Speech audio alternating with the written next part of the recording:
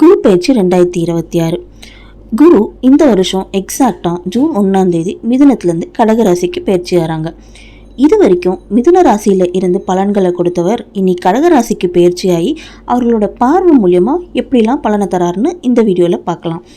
குரு எப்போவுமே இருக்கிற இடத்த விட பார்க்குற இடத்த தான் பலன் அதிகமாக கொடுப்பாரு. அதாவது குரு தான் இருக்கிற வீடு, அதாவது கடகத்திலிருந்து அதுக்கான பலன்களை தரதை விட அவர் பார்க்குற இடம், அதாவது அவரோட பார்வைகள் 5, 7, 9 இந்த பார்வைகள் உங்கள் ராசிக்கு எங்கே விழுது, அதுக்கான பலன்கள் என்ன அப்படின்றத பொறுத்தெல்லாம் நம்ம டீட்டெயிலாக பார்ப்போம்.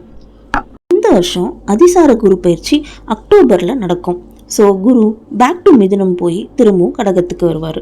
ஸோ அந்த பீரியடுக்கான பலன்கள் கண்டிப்பாக மாறும். அப்போது அதை பற்றின டீட்டெயில்ஸ் அப்போ பார்த்துக்கலாம். உங்கள் ஜாதகத்தில் குரு நல்லபடியாக இருந்தால் கண்டிப்பாக இது எக்ஸாக்டாக மேட்ச் ஆகும்.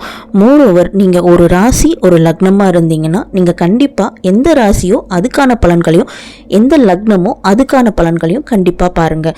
ஸோ ரெண்டுமே உங்களுக்கு பொருந்தும். ஸோ உங்களுக்கு எது பலன் நடக்கும்னு பார்த்தீங்கன்னா 50-50% உங்களோட ராசியும் 50% உங்கள் லக்னமும் கண்டிப்பாக இதில் பலிக்கும். ரிஷபம்.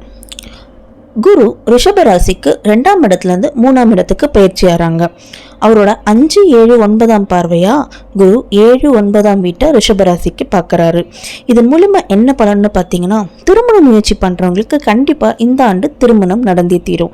லவ் ரிலேஷன்ஷிப்பில் இருக்கீங்க, உங்கள் பேரண்ட்ஸோட பெர்மிஷன்ஸ்க்காக வெயிட் பண்ணுறீங்க அப்படின்னா உங்கள் பேச்சாற்றல் மூலயமா பேசி இந்த வருஷம் கண்டிப்பாக பெர்மிஷனை வாங்கி உங்கள் திருமணத்துக்கு கொண்டு போயிடுவீங்க.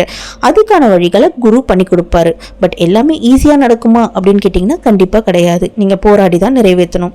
பிஸ்னஸ் பார்ட்னர்ஷிப்பில் உள்ள ப்ராப்ளம்ஸ், குழப்பங்கள் எல்லாமே சரியாகும். அதுக்கான வழியை குரு இந்த வாட்டி அமைச்சு கொடுப்பாரு. பிரதர் சிஸ்டர் ரிலேஷன்ஷிப்பில் இருக்கிற ஒரு மனக்கசப்புகள் நீங்கள் இந்த ஆண்டு கொஞ்சம் மியூச்சுவலாக போயிடுவீங்க.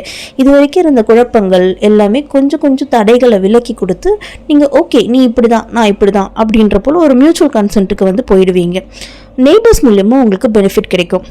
அப்பா வழி மூலியமாக ஆதாயங்கள் அதிகமாகவே கிடைக்கும்.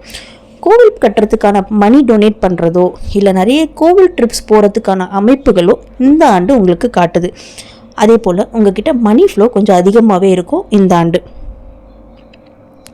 3ஆம் வீடு பலம் குறைந்த காலம் அப்படின்றத காட்டுது இந்த குரு. அதாவது 3ஆம் வீட்டில் இருக்கிற குரு ரொம்ப அதிக பலத்தெல்லாம் கொடுக்க மாட்டார். அதனால் ஆரோக்கியத்தில் பிரச்சனை இருக்கா அப்படின்னு கேட்டிங்கன்னா கண்டிப்பாக கிடையாது. பட் எதனா ஒரு நியூ திங்ஸ் ட்ரை பண்ண போகிறீங்கன்னா அது கொஞ்சம் தள்ளி போடலாம் அப்படின்னு நான் சொல்லுவேன். ஏன்னா புது விஷயங்களை நீங்கள் ட்ரை பண்ணுறீங்கன்னா அது கண்டிப்பாக உங்களுக்கான ஒரு ப்ராப்ளத்தை கொண்டு வந்து கொடுக்கும். ஸோ இருக்கிறத அப்படியே எடுத்துகிட்டு போயிட்டீங்கன்னா நெக்ஸ்ட் 1 இயர் உங்களுக்கு நல்லாவே போகும். தேங்க்யூ.